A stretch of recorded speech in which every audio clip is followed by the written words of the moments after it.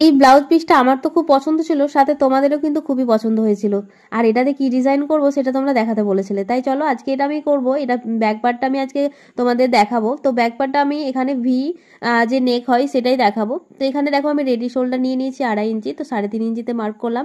আর এখানে গলার যে ডিপটা সেটা হচ্ছে 11 ইঞ্চি, তো 11 ইঞ্চিতে নিয়ে ঠিক এরকমভাবে শেপটা দিয়ে নিলাম। কিন্তু এই ভি শেপটা কিন্তু একদমই ভালো লাগে না, রাউন্ড ভি সেটাই কিন্তু বেশ ভালো লাগে। তো আমি এখানে রাউন্ড ভি শেপ দিয়ে নিলাম। এবার মেন কাপড়টা রেখে তার উপরে লাইলিনটা রেখে যেমনটা শেপ দিয়েছিলাম ঠিক সেরকমভাবে কাট করে নিলাম। তো এবার যেহেতু আমাদের পিছনে হুক হবে তাই পিছনটাও আমরা কাট করে নিলাম। এবার যেহেতু এই পাটটা দেবো, আর পাটটা না এভাবে যখনই আমরা রাউন্ডে কোনো কিছুতে বসাতে যাই তখন যেহেতু এটা আমাদের স্ট্রেট, তো আমাদের কিন্তু প্রবলেম হয়। আর এটাকে আমাদের সেট করতে হয় কিন্তু আয়রন দিয়ে, যেমনটা আমি আয়রন দিয়ে সেট করছি ঠিক তোমাদেরও সেইভাবে সেট করে নিতে হবে। আর এখানে যদি আমরা কুচি দিই সেটা কিন্তু একদমই বাজে দেখাবে, তাই আমি তো এখানে সেট করে নিলাম। দুটো পার্ট আমাদের সেম একই রকমভাবে সেট করে নিতে হবে।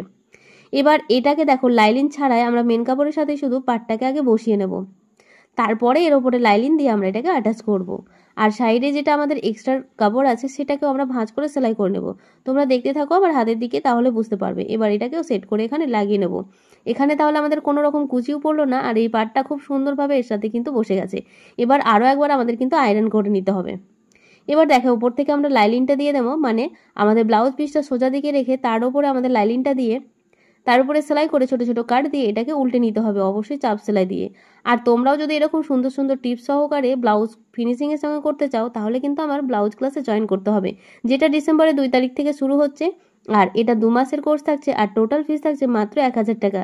তাই দেরি না করে ঝটপট করে আমার ব্লাউজ কোর্সে জয়েন করো, তাহলে কিন্তু এরকম অনেক ছোট ছোট টিপস পাবে যেটা তোমাদের ব্লাউজকে আরো সুন্দর করে তুলবে। কথা বলতে বলতে কিন্তু আমাদের ব্লাউজের দুটো পার্টই রেডি হয়ে গেছে। এবার আমাদের লাগাতে হবে পটি। তো প্রথমে আমরা চওড়া পটিতে যেটা লাগাবো সেটার সাথে কিন্তু আমরা লাইলিনটাকে আগে প্রথমে অ্যাটাচ করে নিয়েছি আর মুখটাকে লক করে নিয়েছি। এবার দেখো আমাদের ব্লাউজটাকে উল্টো করে রেখে আর আমাদের পটিটাকে উল্টো করে রেখেছি। এবার এটাকে সোজা করে নিয়ে এই যে কোণটা বেরিয়ে আছে সেটাকে কাট করে নিলাম, আর এটাকে ভাঁজ করে এরকমভাবে সেলাই করে নিতে হবে। তোমরা যদি এই ভিডিওটায় আরও একদম ডিটেলসে দেখতে চাও অবশ্যই কমেন্টে কিন্তু জানাতে ভুলবে না। আর এটার ফাইনাল লুক কে কে দেখতে চাও অবশ্যই কমেন্টে জানাবে। এই ব্লাউজটা যদি মানে ব্লাউজ পিসটাই এত সুন্দর, এটা সিম্পলের মধ্যেই রাখবো, কিন্তু তারপরে ব্লাউজটা কিন্তু খুবই সুন্দর হবে। অবশ্যই তোমাদের পুরোটা দেখাবো।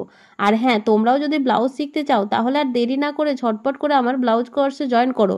এটা কিন্তু 2 মাসের কোর্স থাকছে, আর টোটাল ফিস থাকছে মাত্র 1,000 টাকা। 1,000 টাকায় তোমরা অনেক ধরনের ব্লাউজ পাবে। আর তোমাদের একটা মোস্ট রিকোয়েস্ট থাকে কি দিদি ভাই আমাদের কি কোট কলার দেখাবে, অবশ্যই তোমাদের কোট কলারের ওপরে লং ব্লাউজ থাকছে এবার ব্লাউজ করছে।